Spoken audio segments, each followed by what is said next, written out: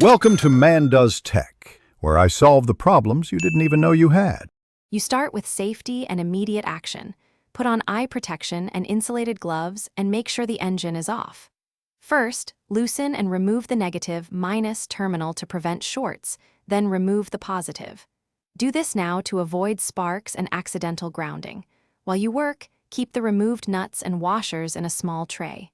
Once the battery is isolated, visually inspect cable ends and note any corrosion so you know what to clean and replace next. You now remove old terminals and prepare the conductor for a secure connection. Cut back any frayed insulation and strip roughly 0.5 to 0.6 inches of clean copper. This exposes fresh metal for a solid bond. Clean the battery posts thoroughly with a wire brush and neutralize corrosion with a baking soda paste. Rinse and dry completely so moisture won't impair the joint.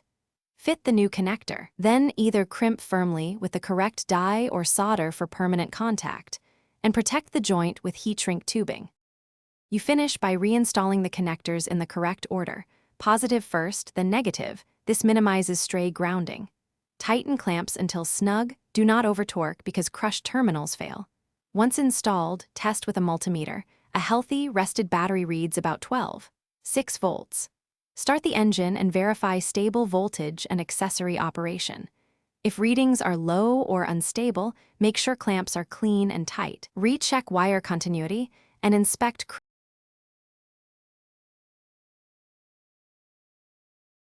Thanks for watching. If you found this helpful, don't forget to like and subscribe.